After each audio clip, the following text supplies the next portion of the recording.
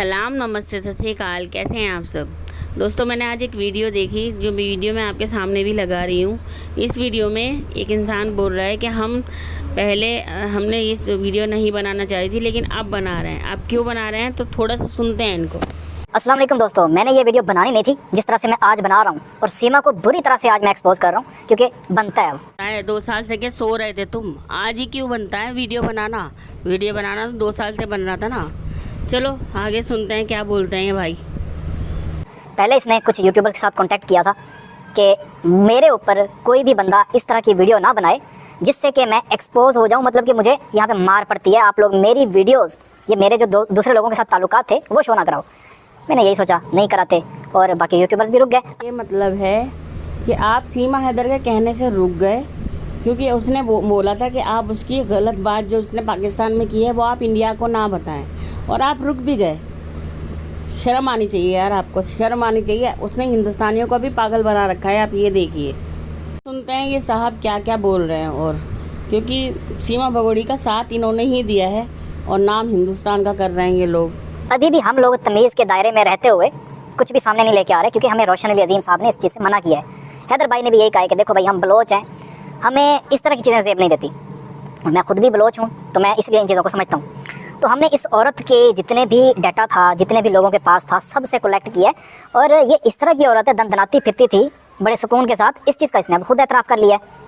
पहले वाले बयानात आप सीमा के देखें जिसमें यह कहा गया है कि मैं बहुत ज़्यादा गरीब थी, मुझ पर जुल्म होते थे, और जितनी भी इससे बातें पूछी गई, सीमा से कहा गया था ना कि तुमने घर बेचा हैदर का, इसने आगे से कहा था मैंने नहीं बेचा।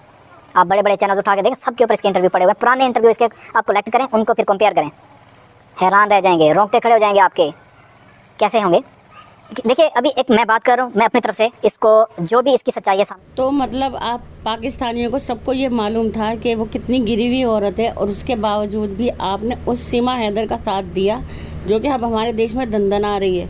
आप लोग ना, ये गलती सबसे बड़ी आप लोगों की है कि आपने उसे एक्सपोज नहीं किया। तभी के तभी एक्सपोज करना चाहिए था, ताकि यहाँ पे जनता का प्यार उसको ना मिलता और वो यहाँ टिकती ही नहीं। जब उसे जनता खदेड़ती, जब वो चली जा सकती थी यहाँ से। भाई, जिस इज़्ज़त की दुहाई रोशन अली अजीम साहब दे रहे हैं, या फिर ग़ुलाम हैदर दे रहा है, या आप लोग दे रहे हैं ना, वो इज़्ज़त कब की ख़त्म हो। जिस दिन वो उस मुल्क से निकली उसी दिन आपकी इज़्ज़त ख़त्म हो चुकी थी। चलिए दोस्तों, आगे सुनते हैं इन पाकिस्तानी भाई साहब। एक औरत ने शुरू में आते साथ ये कहा था मुझ पे जुल्म होते हैं, हैदर जुल्म करता है, मुझे कहीं जाने नहीं देते थे, ठीक है, हर वक्त की पाबंदी थी। फिर सीमा ने घर कैसे बना लिया? किसने इसको पैसे दिए? क्या ये जॉब किया करती थी? मैं अपना घर बेच कर आई थी, ये सीमा ने कहा है ना, आप चेक कर लें, खुद चेक कर लें। ये मैं तो जो ये आज बात बोल रहा है ना, ये हम बहुत पहले बोल चुके हैं, ये वाली बात हम पहले उठा चुके हैं, लेकिन तुम लोगों ने आज ये ज़बान क्यों खोली है? आज ऐसा क्या हो गया जो तुमने अब ज़बान खोली है? 2 साल से अगर तुम पहले ही शुरू में ये बता देते तो कम से कम ये भगोड़ी औरत यहाँ कम से कम राज तो ना करती, कम से कम इसे यहाँ के लोगों का प्यार तो ना मिलता। इसको सबने सच्चा समझा, तभी तो इसके साथ ये हुआ। ये अभी तक टिकी हुई है यहाँ पे तुम लोगों की वजह से। तुम लोगों की गलती है कि तुम लोगों की वजह से आज तक सीमा ग़ुलाम हैदर हमारे सर पे चढ़ के नाच रही है, तुम लोगों की गलती की वजह से। की बात रोशन अली अजीम साहब कर रहे हैं, किस इज़्ज़त की बात ग़ुलाम हैदर कर रहा है? आपकी इज़्ज़त उसी दिन ख़त्म हो गई थी जब सीमा ग़ुलाम हैदर वहाँ से भागी थी 4 बच्चों को लेकर, समझे ना? मैं नहीं कह रहा, सीमा ने खुद कहा है। तो अब फिर जब अगर हम इसकी बात माने कि इसके ऊपर जुल्म होते थे, घर के अंदर इसको कैद करके रखा जाता था, तो फिर ये सब कुछ कैसे हुआ? सीमा ने घर कैसे बना दिया? बकौल सीमा का ये जो घर है जिसमें ये रहती थी पाकिस्तान के अंदर, वो इसका अपना था, इसने खुद बनाया था, इसने ये दावा किया है। वीडियोस पड़ी हुई हैं, अभी भी पड़ी हुई हैं, काफ़ी लोगों ने उसको रिकॉर्ड करके लगाया भी है कि ये देखो ये सीमा क्या कह रही है। इसने तो यही कहा था ना कि भाई, ये घर जिसमें मैं रहती थी वहाँ पर मेरे ऊपर जुल्म होते थे, घर चेंज हुआ, फिर ये हुआ, फिर वो हुआ। तो फिर ये सब क्या है? अगर सीमा के पास इतने पैसे थे कि कराची के अंदर, भाई आजकल के दौर में कराची में घर लेना मुश्किल है, वहाँ पे आप अगर किराए पे भी जाके रहते हो ना, छोटे से घर में 2 कमरों का जो घर होता है, 30-40 हज़ार उसका किराया होता है, तो फिर ये औरत कैसे ये बड़े बड़े दावे कर रही है? ये बात सोचने वाली है। पहले इसने खुद को एक्सपोज किया। कैसे एक्सपोज किया था? शुरू के दिनों में इसने कह दिया था कि तलाक दी हुई थी हैदर ने मुझे 2 साल पहले, और ये ऐसे ही रह रही थी। हैदर तो 4 साल पहले सऊदी अरब गया था, तलाक देने कैसे आया था? ठीक है, यहाँ पे एक ये सवाल भी पैदा होता है। उसके बाद दूसरी बात होती है कि जी 2 साल पहले अगर तलाक हो चुकी है, तुमने आईडी कार्ड भी अभी बनवाया है, बच्चों के बेफॉर्म जो बर्थ सर्टिफिकेट होते हैं वो भी अभी बनवाए हैं, और वीज़ा, पासपोर्ट, ये कैसे हुआ सब कुछ? नेपाल का वीज़ा बच्चों का भी तो लगा था ना, दुबई का भी लगा था। इतने पैसे कहाँ से आए? तुम ऐसा कौन सा कारोबार करती थी? और अब एक भिखारी के घर में तुम बैठी हुई हो, लप्पू। ना बाप कमाता है ना लप्पू कमाता है। लप्पू करियाने की शॉप, यहाँ पे करियाना कहा जाता है जहाँ पे आपको ये घी वगैरह, दालें वगैरह, बाकी चीज़ें इस तरह की मिल जाती हैं। इस तरह की शॉप पे काम करने वाला लड़का जो कहता है कि पाकिस्तानी यूट्यूबर्स हमारे नाम से खा रहे हैं, बच्चों को खिला रहे हैं। तुम्हारे घर में कितने चैनल खुले हैं ये भी बताओ ना। मैं मानता हूँ कि फॉर एग्जाम्पल मैं इस चीज़ को मानता हूँ कि जी मैंने पैसे कमाए हैं। थोड़ी सी ना पुरानी वीडियो उठा के देख लो, जब इसने पाकिस्तान को बुरा भला कहा था उससे पहले तक हमने इसको छेड़ा भी नहीं था। हमने कहा चलो छोड़ो यार, जो चली गई है। हमारा तो अपना कंटेंट था, मेरा अपना कंटेंट है। आप जाके देखो, ये यूट्यूब पे मैं इतना काम नहीं करता। मेरा काम होता है फेसबुक, टिकटॉक, इंस्टाग्राम, यहाँ पे मैं इतना काम करता हूँ। अपना लाखों में फॉलोअर्स हैं मेरे।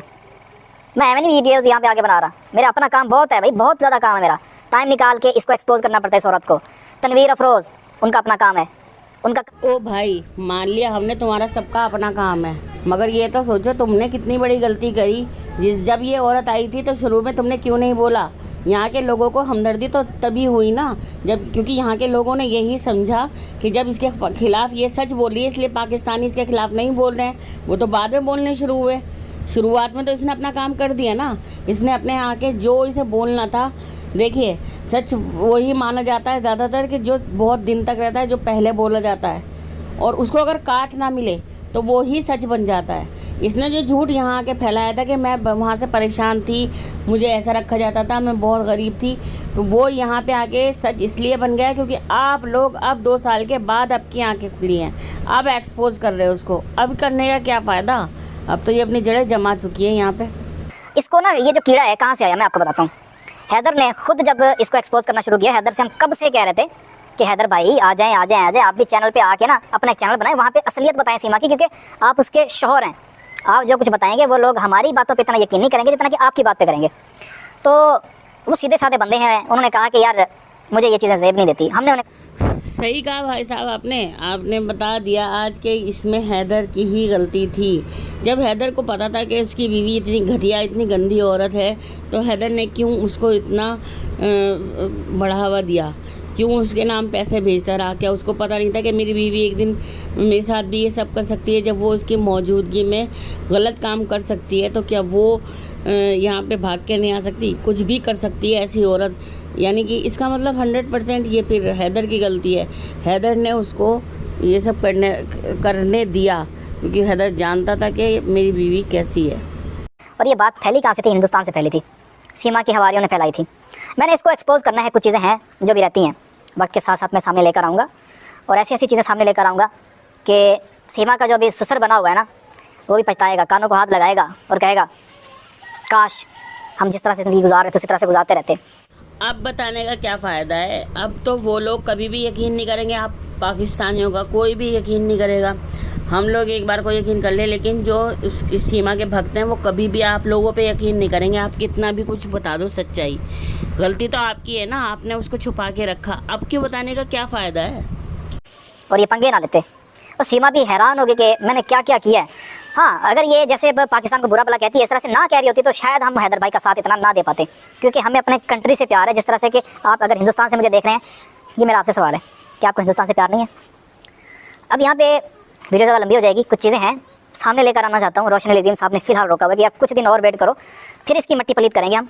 ये जो खुद को पता नहीं क्या से क्या समझ रही है कि इनके पास कोई सबूत नहीं होगा, बस बात करते हैं और चुप हो जाते हैं, लेकिन हमें इंतज़ार था और अभी भी है कि हिंदुस्तान से वीज़ा लग जाए एक बार। वीज़ा लगने के बाद फिर इसकी मट्टी पलीत जो होगी वो खुद ही सॉरी कर रही होगी पूरे हिंदुस्तान वालों से कि मैंने आके आप लोगों के साथ स्कैम किया है। भाई एक बात सुन ले, यहाँ के कुछ घटिया लोग ही हैं, थोड़े बहुत, जो ये समझते हैं कि सीमा भगोड़ी एक अच्छी औरत है, वरना यहाँ के 90% लोग सीमा भगोड़ी के ख़िलाफ़ हैं। ये समझ ले तुमने आज फिर क्या किया? आज फिर वही तुमने किया। तुम्हारे फिर रोशन अजीम साहब ने मना कर दिया तुम्हें कि इसकी बातें मत बताना, तो तुम कब तक रुके रहोगे? 2 साल तो हो चुके हैं, और आगे 2 साल रुक जाना, हमें क्या फ़र्क पड़ता है? हम तो आवाज़ उठाते थे। हिंदुस्तानियों को मत बोलना इस बारे में, क्योंकि तुम पाकिस्तानियों को सब पता था, उसके बावजूद तुमने कुछ नहीं किया।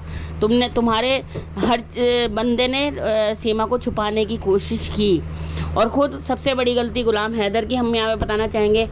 हाँ, यहाँ पे 100% गलती गुलाम हैदर की है, जिसे सब पता होते हुए उसने पूरी इतनी ढील दी।